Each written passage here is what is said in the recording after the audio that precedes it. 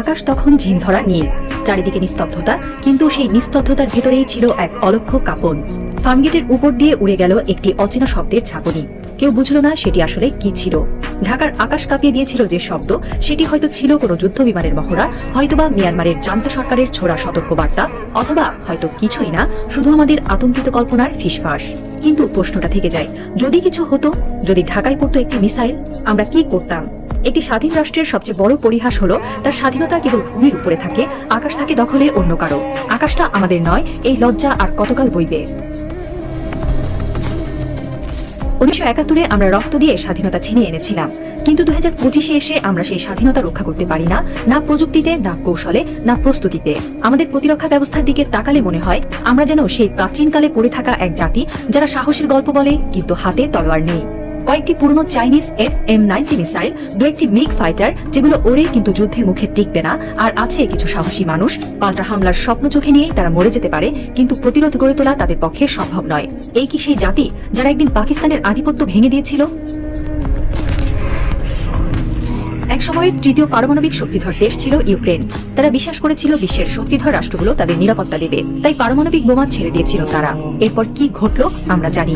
রুশ ট্যাঙ্ক যখন কিয়েভের রাস্তায় গর্জে উঠল, তখন পশ্চিমা প্রতিশ্রুতি ছিল কেবল এক বোবা সান্ত্বনা। নিরাপত্তা চুক্তির পাতাগুলো উড়ে গেল কামানের ধোঁয়ার ভেতর। কোনো যুক্তরাষ্ট্র, কোনো জাতিসংঘ তাদের রক্ষা করতে পারেনি। সেই ইউক্রেনের ভুল কি বাংলাদেশও করছে?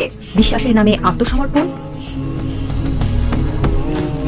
যখন অন্য দেশগুলো মহাকাশে বেস চালায়, কৃত্রিম উপগ্রহ পাঠায়, তখন আমাদের বিজ্ঞানীরা 2 মাসের বেতন পান না। যারা রকেট বানাতে পারতেন তারা এখন কানাডা, জার্মানির ল্যাবে চুপচাপ গবেষণা করেন। বাংলাদেশের নাম বললে কনফারেন্সের দাওয়াত কমে যায় বলে চুপ থাকেন। একটা সময় বাংলাদেশে এমন সব প্রতিভাবান তরুণ ছিলেন যারা কেবল মেধা দিয়েই বিশ্বের তাক লাগাতে পারতেন, কিন্তু আমরা তাদের সম্মান না দিয়ে বিদেশে পাঠিয়ে দিয়েছি। আজ তারা কাজ করেন নাসার ভেতরে, SpaceX-এ কিংবা চীনের বিশ্ববিদ্যালয়ে। তারা রকেট ইঞ্জিনিয়ারিং শেখায়, অথচ তাদের নিজের দেশ আজও প্যারাসুট মডেলের ড্রোন চালাতে শেখেনি। বাংলাদেশের প্রতিরক্ষা প্রযুক্তিতে আজও নেই কার্যকর ড্রোন প্রোগ্রাম, নেই হাইপারসনিক মিসাইল প্রকল্প, নেই ইলেকট্রনিক ওয়ারফেয়ার সিস্টেম। আছে শুধু ফাইল ঘোরানো, সেমিনারে যাওয়ার সরকারি ফটো সেশন, যেখানে দেশকে উপস্থাপন করেন এমন মানুষ যারা AI শব্দের ফুল ফর্মও জানেন না। একটি দেশের আত্মমর্যাদা তখনই নষ্ট হয় যখন মেধা নয়, বরং আনুগত্য হয় পদোন্নতির মাপকাঠি। মেধাবীদের কবর আমরা নিজেদের হাতেই খুঁড়ছি। আকাশ ফাঁকা হয়ে থাকাটা যেন তারই প্রতীক। বাংলাদেশের সীমান্ত ঘেঁষে দাঁড়িয়ে আছে এক অস্থির প্রতিবেশী মিয়ানমার। রাশিয়া থেকে আনা সুখোই যুদ্ধবিমান, দূরপাল্লার মিসাইল, বিদ্রোহীদের দমন করতে গিয়ে এখন তারা এতটাই বেপরোয়া যে ভুল করেও যদি কোনো মিসাইল ঢাকার দিকে ছড়ে, আমাদের প্রতিরোধ কোথায়? রাখাইন রাজ্যের ওপারে পুড়ছে গ্রাম, উঠছে ড্রোন। এই আগুন যে কোনো সময় বাংলাদেশের সীমান্ত ছুঁয়ে যেতে পারে, কিন্তু আমাদের সীমান্ত জুড়ে নেই আধুনিক রাডার কভারেজ, নেই অটো রেসপন্স সিস্টেম। শত্রুরা যদি ছদ্মবেশে ঢুকে পড়ে, আমাদের হাতে তখন থাকবে শুধু তড়িঘড়ি বিবৃতি। ভারতের দিকে তাকালেই বোঝা যায় তারা আকাশে আধিপত্য কায়েম করতে কেমন প্রস্তুত। রাফায়েল, তেজস, ব্যারাক, ব্রহ্মস সব মিলিয়ে তারা এখন একটি পূর্ণাঙ্গ আকাশ প্রতিরক্ষা বলয় গড়ে তুলেছে। শুধু তাই নয়, তারা স্পেস ডিফেন্স, স্যাটেলাইট ভিউ ও সাইবার ওয়ারফেয়ারে বড় অগ্রগতি করেছে। আমরা কি করেছি?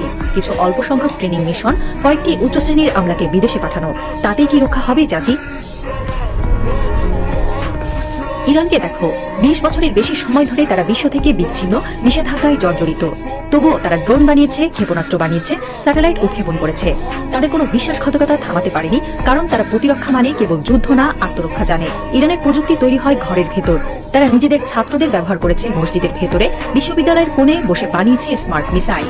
শহীদ 136 ড্রোন আজ ইসরায়েলের জন্য আতঙ্ক, আমেরিকার জন্য কৌশলগত চ্যালেঞ্জ। তাদের আকাশ তাদের নিজেদের, আর আমাদের।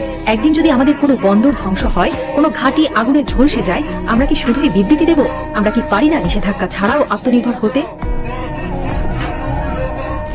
প্রতিরক্ষা একটি জাতির আত্মরক্ষার সাধনা, কিন্তু বাংলাদেশের প্রতিরক্ষা মানে হয়ে গেছে শুধু স্যালুট, মার্চ পাস্ট আর রঙিন বিজ্ঞাপন।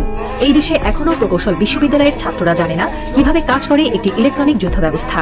সামরিক বাহিনীর অনেক কর্মকর্তা প্রযুক্তির সঙ্গে পরিচিত না থেকেও নীতি নির্ধারক। আমলাতন্ত্র এমন এক ছায়ার চাদর ফেলেছে যেখানে প্রকৌশলীরা জায়গা পান না, উদ্ভাবকেরা মুখ লুকান।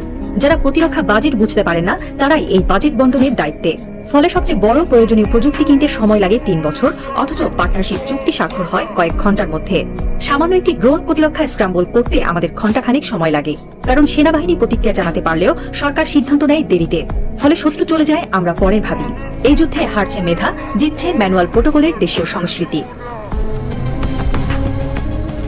বাংলাদেশে এমন মেধাবী তরুণ তরুণী আছেন যারা 2 মাসে একটি মাঝারি রেঞ্জের ড্রোন বানাতে পারতেন, কিন্তু তাদের জায়গা নেই। তারা এখন গুগলের এআই ডিভিশনে মেটার প্রোডাক্ট টিমে। বাংলাদেশের আকাশ নয়, তারা এখন ক্লাউডের নিরাপত্তা নিয়ে ব্যস্ত। এই মেধার প্রবাহ ঠেকাতে না পারলে আমরা শুধু মেধা হারাবো না, হারাবো ভবিষ্যৎ। কারণ এই তরুণরাই একদিন বাংলাদেশের প্রতিরক্ষা প্রযুক্তির পেছনে থাকতে পারতেন। তাদের উদ্ভাবন দিয়ে আমরা আকাশের নিরাপত্তা তৈরি করতে পারতাম। কারণ এই দেশে তাদের ডাকার মতো কেউ নেই। যারা রাষ্ট্র পরিচালনা করেন তারা এখনো সাইবার ওয়ার বলতে বুঝেন ফেসবুক পোস্ট। তাদের চোখে তরুণ মানে শুধু ভোটার, দক্ষ পাইলট নয়। উদ্ভাবক মানে শুধু একটি প্রজেক্ট, কৌশলগত শক্তি নয়। এই অন্ধতা আমাদের আকাশ কেড়ে নিচ্ছে প্রতিদিন একটু একটু করে। বাংলাদেশের সামনে এখনো সময় আছে। হয় আমরা ঘুম থেকে জেগে উঠি, প্রতিরক্ষা ও প্রযুক্তিকে নতুন করে নির্মাণ করি, নয়তো একদিন স্বাধীনতা থাকবে কাগজে, পতাকা থাকবে মাটিতে, কিন্তু আকাশ থাকবে অন্য কারো দখলে। আমরা কি ভবিষ্যৎ প্রজন্মকে শুধুই শহীদ মিনার দেখিয়ে বলবো এখানে যুদ্ধ হয়েছিল, এখন আমরা শুধু মনে করি?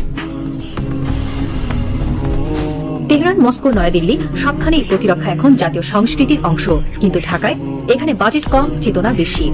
এখানে প্রতিরক্ষা মানে বার্ষিক কুচকাওয়াজ আর বিদেশে পাঠানো কয়েকজন ব্রিগেডিয়ার। অথচ পর্দার আড়ালে শত্রুরা পরিকল্পনা করছে কোন সীমান্ত দিয়ে আঘাত করলে বাংলাদেশকে কোন ঠাসা করা যাবে। তাদের রাডারে বাংলাদেশের দুর্বলতা স্পষ্ট। একটি রাষ্ট্র যার আকাশ ফাঁকা, যার বিজ্ঞানীরা বিদেশে, whose leaders are asleep at the controls. এবং এখানেই শেষ হয় না গল্প, বরং এখানেই শুরু হয় এক অজানা অধ্যায়। কারণ কেউ কেউ হয়তো চুপচাপ লিখছে সেই গোপন নথি, বাংলাদেশ কিভাবে পাল্টে দিতে পারে খেলাটা। কুয়াশার আড়ালে এখনো কেউ কেউ হয়তো স্বপ্ন দেখে আকাশ আবার আমাদের হবে। কিন্তু প্রশ্নটা রয়ে যায়, আমাদের অনাগত রাজনৈতিক সরকার কি সেই প্রস্তুতি নিতে রাজি, নাকি আমরা শুধু কফি হাতে অপেক্ষা করছি পরবর্তী ধ্বংসের খবরের জন্য?